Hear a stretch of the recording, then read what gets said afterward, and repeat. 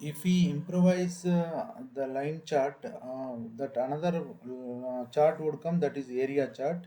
So this is possible using many libraries, this along with matplotlib. But we see here some better fine version with Altair. This Altair is the new package, new library. From that we can take, and we are taking the data set from here, and this data set is generally financial data. Like mostly you might have seen this kind of data with the finance sector, like the stock market and all the indexes and all. So there is a, so we are taking this SP500 is one index from the stock market, and the data is directly imported here.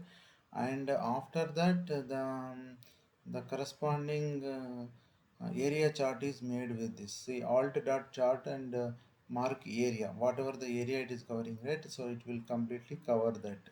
So here if you see the output, like it would be like this.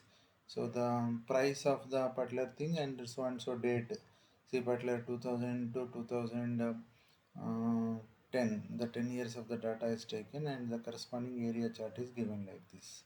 Okay, this upper side, this y axis is the price, and this is the time series.